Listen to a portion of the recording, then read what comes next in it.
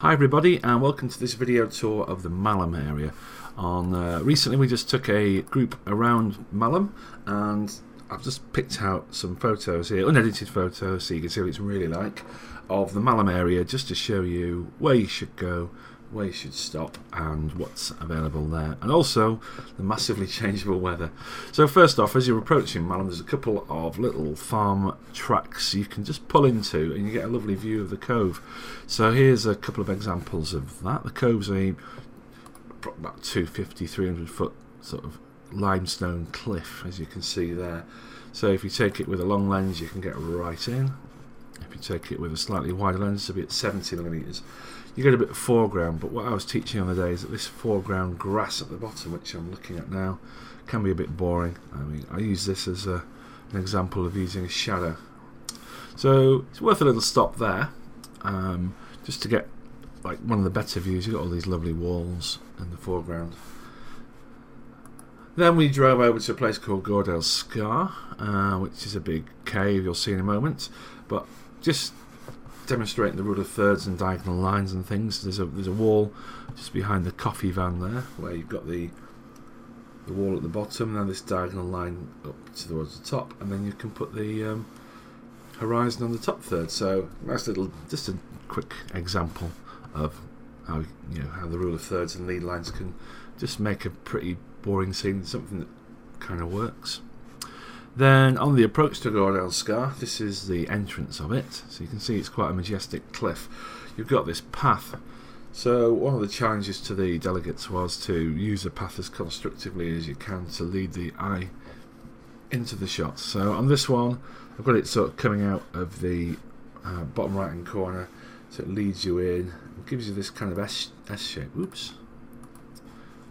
See, the hill starts there, it comes down, you've got this S shape. Whereas on the next one, I just moved a few paces to the right and got it coming out the bottom left side, and so this gives you even more pronounced S shape, like that. So they all had a go at that, standing on rocks and things, just to mix it up a little bit. And then as you walk up, there's a stream. As you can see, I've got a broken grad, so you can see in this top corner here, you can see a bit of brightness. So I suppose for the final cut I'd have to just crop that out, lose a few pixels, but it does kind of place the that intersection point there on the bright bit. Done. I mean, I'll just apply a preset to it. It's just one of the presets I've made for my own sort of style. So with this one, we're using the rocks by the river as a bit of foreground interest, the river itself, and then the background is the entrance to the scar. Here we tried adding in a rock, which is just literally 20 paces from the last shot. So the entrance to the scar and the rock are diagonally opposite. So on the third point, kind of worked, although I think ideally I would have been stood more in the water. Let's try that preset again just to show you a quick. There you go. And then typically what happens in the Dales is this: we got a blizzard, came from nowhere.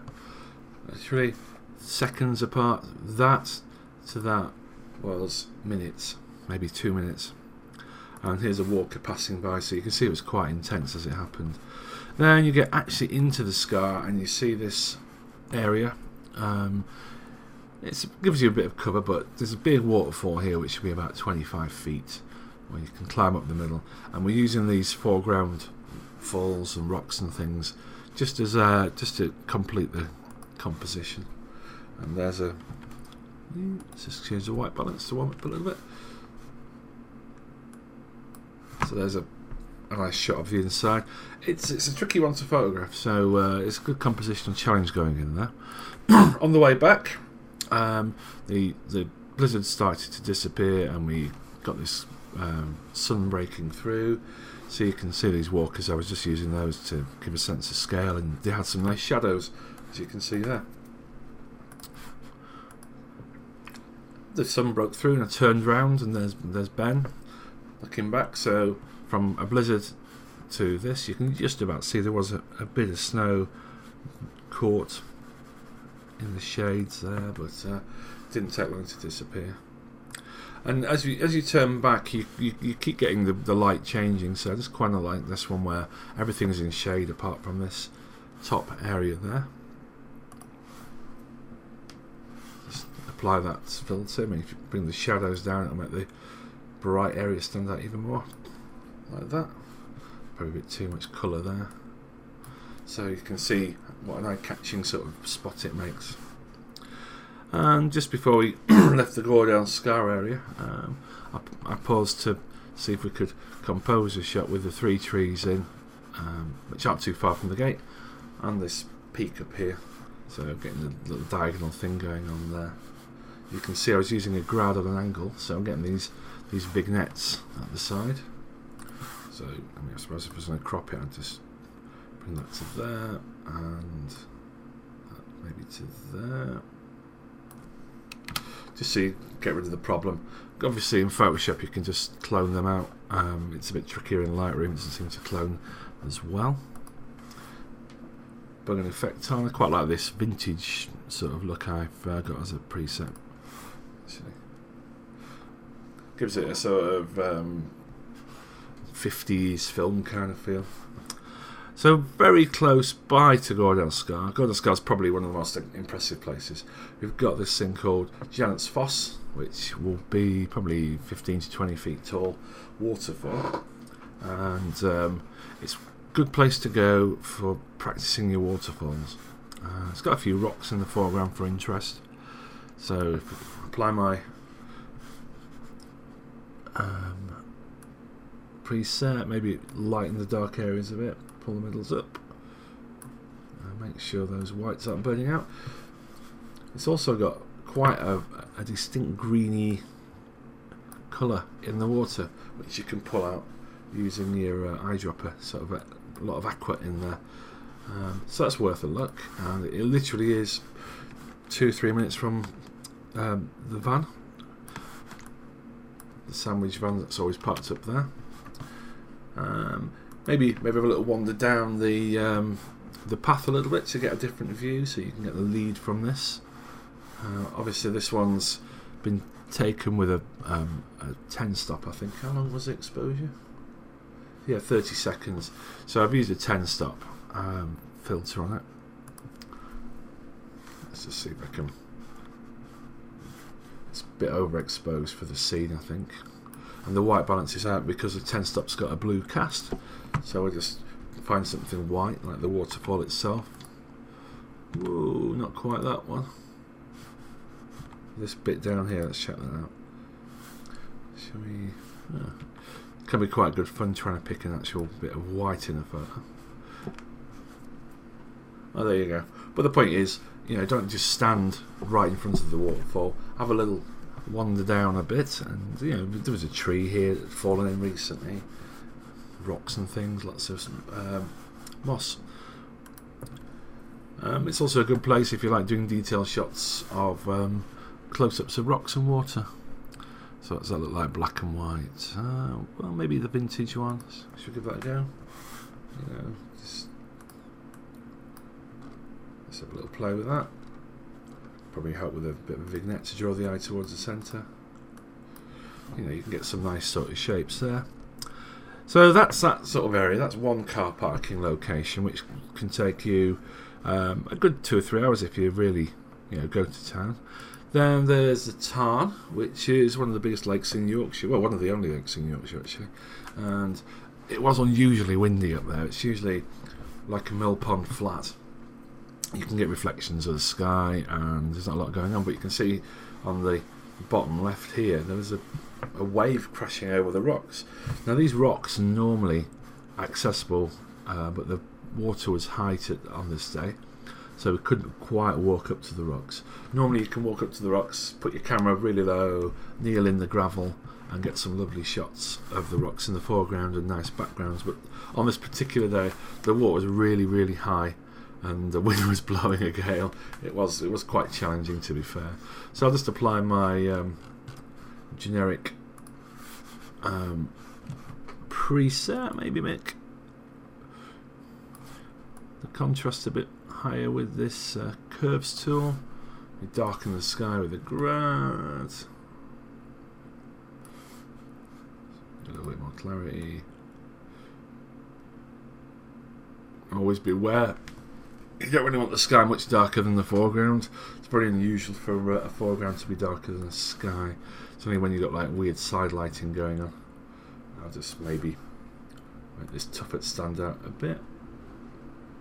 More saturation and sharpness. Just as a feature, really, you know, just it's quite a cool scene. So to draw that out,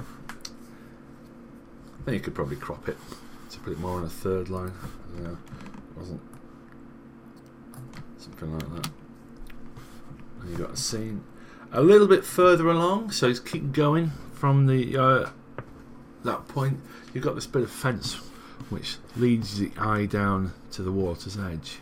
Now it's a nice little feature. You've got this coppice of trees over here. There's another feature on the horizon. So I always have a wander down there. Again, you can usually get in a little bit closer to the barbed wire, but today it was quite full. So that's worth a look. Oh, by the way, the car park we're parking on, I think there's only one public one, and it's probably a 10-minute walk from there to this part of the lake. There's a hostel and some other things over here. I think that's more private land, so you might be trespassing if you go there. Okay, it's just so there you go. So that's using the fence, and here's another one where I was just, because it was so wet, I just bent down and put the camera on the rock in the foreground, which you can see there.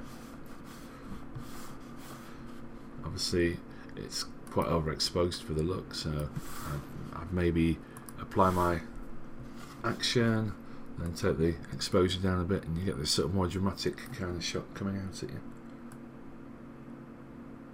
There you go, that kind of thing. Obviously these all need extra work, but it explains where we're going rather than what we took. And the final place was the famous Malham tree. So to get to this, if you enter Malham village, go over the little bridge past the Lister Arms, up a little sort of road towards Gordale Scar, and then take a hard left. The road takes you up and up and up past the cove, and then you'll see this tree on the right hand side. Okay, so as you can see, it was quite bright, but there was not a lot going on in the sky behind it at this point, so I took the decision to move over to where the mouse is now, this side here. There's a bit of a ledge, because behind it the sky was more interesting. So we're getting a more interesting sky. We can see a couple of the guys just down here. You can also see how windy it was, because this isn't anywhere near sharp. It's yeah, it's blown a lot, so this is pretty an unusable shot. But I think the lesson here is that, you know, move around to suit the light, really. The light in the first shot wasn't very exciting, so we moved to the second shot, which the first shot was taken from over here where the mouse is. And then I moved over here, got on this top, and decided get a few shots. I mean, let's just apply my, I think this is going to be quite exaggerated when it pops up. Yeah. You can see how cold it was. Well, what you can do is find something grey and change the white balance a bit. There we go. Just going to bring the black up a bit. Maybe a bit more white. Yeah, so you can see if you worked it, you can probably find a shot out of it, although it's not that sharp. So then I decided to move. I'll just move back to this one. So if you think, I'm now on the next shot, I'm around here, this point here, quite a long way away, but there is this wonderful crevice on this side which leads the eye straight to the tree. So let's just do a quick black and white, and I think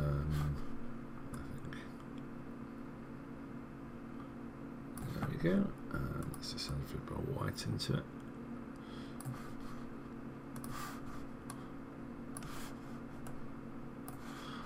You know, quite a dramatic sort of scene when you start playing with it, isn't it? And then there's a boulder.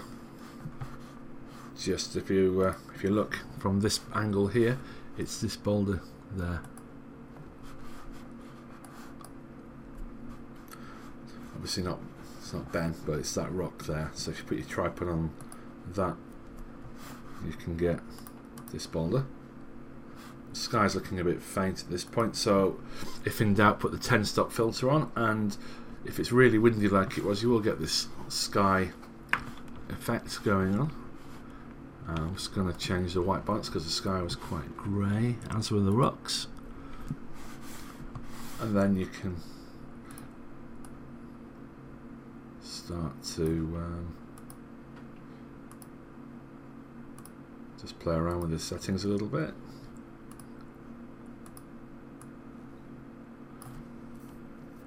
It's quite effective. I mean, the wind was ridiculous. You know, so we're talking, you know, when you're walking on these rocks, it was physically grabbing you and blowing you around. So no little wonder that the sky started to blur. I mean, all I'm doing here is just adding in fairly standard things for landscape, really. So that's quite nice. And just sort of end up with a couple of shots of the guys. Obviously poor Simon just freezing away with his he's got his Coke and Grads on and wrapped up warmer like I suggested. And there we are, just towards the end. You can see the light had got pretty flat and cold. So just at sunset we called it a day. Anyway, so that's a typical sort of good 6 hours wandering around the Malham area. As you can see from the film strip at the bottom, there's lots of places to go. You really can fill your day with waterfalls, rocks and variety. So I hope that helped choose your locations for the next trip to Malham, and I'd love to see your photos. Share them with me on Facebook at McFade Training or McFade Photography, both groups you can look up on there. Okay, thanks for watching, and I hope that was useful.